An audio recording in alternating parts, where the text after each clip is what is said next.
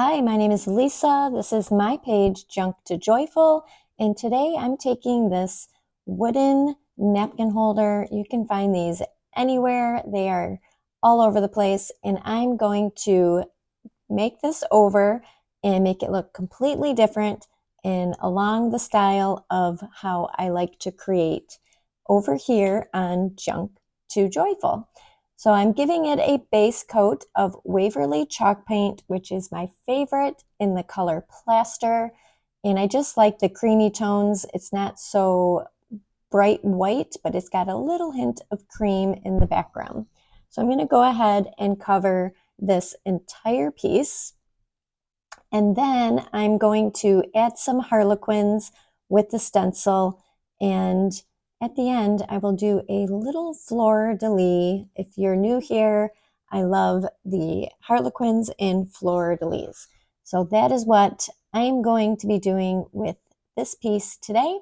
So I'm going to give it a nice little dry here, and the next part, I believe I'm doing the harlequin stencil.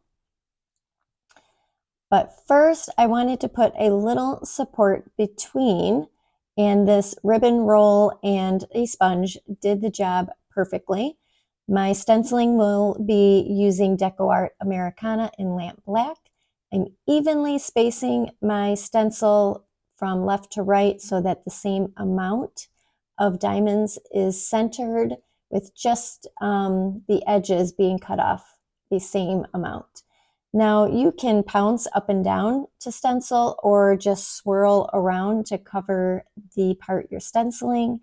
I like to do the swirl around in a circle, and that's easiest for me. And what's most important with stenciling is to load your brush, get a nice firm stencil brush, and then make sure you blot it off on a paper towel as well. That is important so you don't have the bleed through underneath the stencil. Sometimes it's hard to avoid, and you can see here I have a few spots that I'm going to just tidy up those edges. You will never know. So I'm grabbing a straight, short, firm, flat brush. I'm using a Zen level 2 number 4 or 6, I believe. And just going along those edges where I went out of line and just making it a little wider.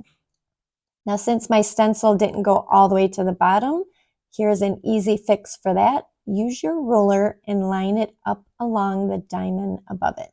And just draw those pencil lines in, and get your whatever small brush you like that will help you get those lines, edges nice and straight. And that's all you're going to do. No one will know that you drew in that bottom row. So I love this pattern, and the whole bottom of this is going to continue with that lamp black. And I will at the end take a sander, my Gator sander, and just rough up the edges just to show some definition, just so it's not so perfect. You want it a little roughed up a bit. So now I'm going to put my little blow dryer on that spot where I got a little black on the white. So I just dabbed it with my wet wipe, came in with some more plaster, and I think it took me 2 or 3 coats.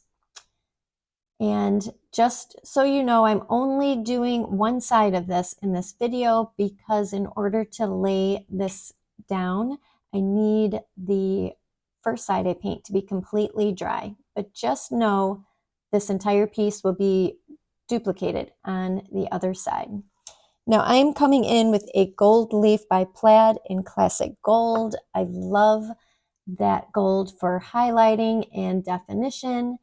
And if you see me do harlequins before, this is a must for me. Every time I do harlequins, a gold dot gets in between.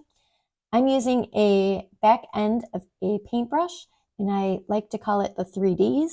I dip it, dab it, and drop it on my item that I am painting. You could also use a pencil eraser. Those make perfect dots as well. Or you can get little dabbers at the craft store or Amazon. Let me go ahead and dry that up. So I will do another video on the fleur-de-lis, but here is my finished item.